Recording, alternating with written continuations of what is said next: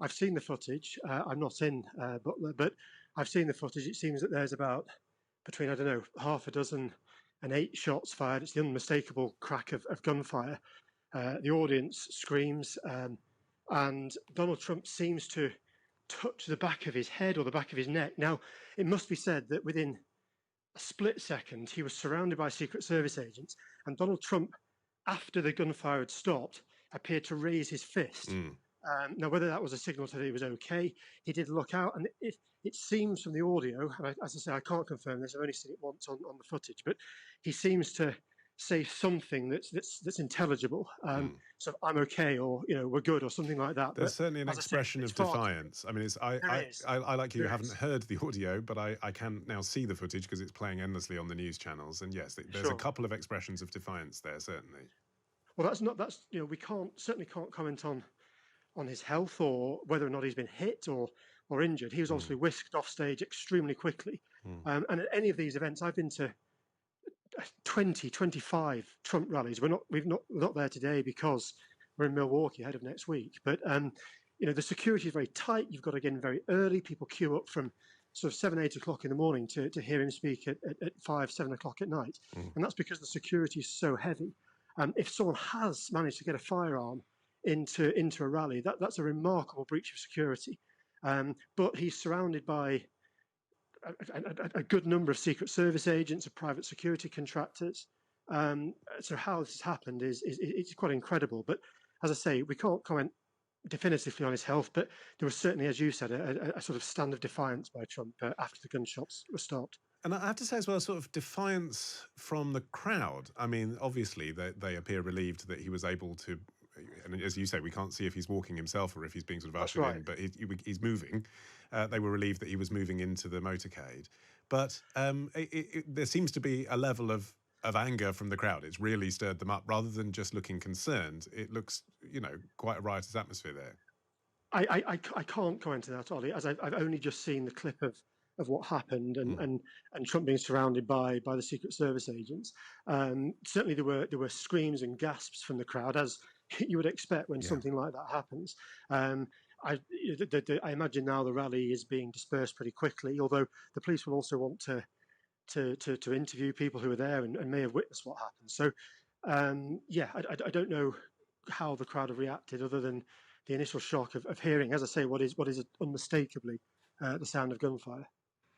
I'm reading someone else's analysis here of the video, but I'm seeing journalists saying that the video appears to show blood on his ear as he's taken away. He certainly does touch his ear when that sound happens. There's definitely a moment after if I remember rightly, I've only seen it once, there's maybe a couple of volleys of gunfire, and he certainly appears to touch either his ear or the back of his neck or the back of his head with his hand. He doesn't drop down. He gets pushed down and ducks down behind the podium that he's speaking at. But it doesn't look as though he gets hit or it doesn't look as though he gets knocked over by gunfire. But you're right, he certainly touches either the back of his head or his ear or something. Now I haven't seen any blood, but that maybe people who've reviewed the footage in more detail than I have seen that. Yeah. Let me give you a moment to get your breath back, Alistair, because we thank you for running to the hotel for us. Stay there, though. Let's actually play in the audio now so you listening at home can hear what happened. And obviously, a warning, what you're about to hear is potentially the sound of President Trump being shot at. But let's hear what it sounds like. Take a look at what happened.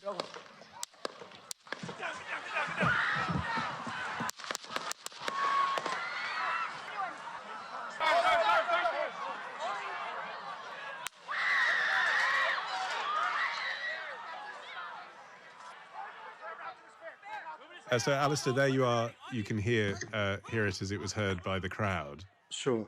I mean, it is really shocking, isn't it? I must say that's the first time I've heard it with the audio. Like I say, I can see the visuals. It is unmistakably the sound of some sort of gunfire, and it's repetitive. Yeah, I don't know. I'm not an expert in firearms, but it sounds like some sort of semi-automatic fire. And if it is, and if Trump has been hurt, as I say, it's far too early to comment on his health. He did sort of raise his fist in what appeared to be sort of a show of defiance, but we need to wait to see if that's what we actually saw rather than what we think we saw. And we'll have to sort of wait for the doctors and the medics to give an update. No doubt at the moment, Donald Trump will have been whisked to a hospital whenever he travels. He will have medical assistance with him. But it depends how badly he's been hurt, if he has been hurt at all. No doubt he will go to a hospital. He's not too far from Philadelphia, where he is this afternoon.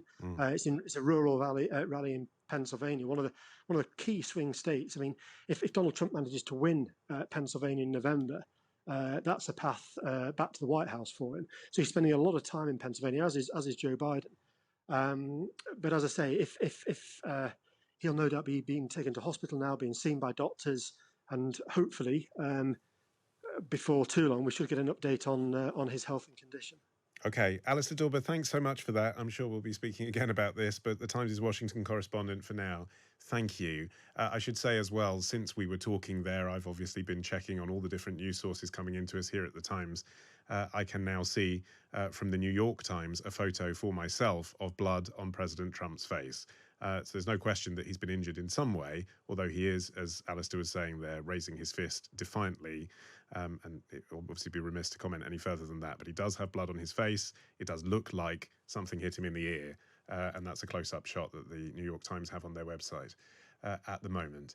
We'll stick with this story as the former President Trump appears to have been shot at a rally in Pennsylvania. There were sounds of apparent gunshots, and he was carried away. The time now is 11:34. This is Times Radio. Let's get the latest from Nkem Ifejika.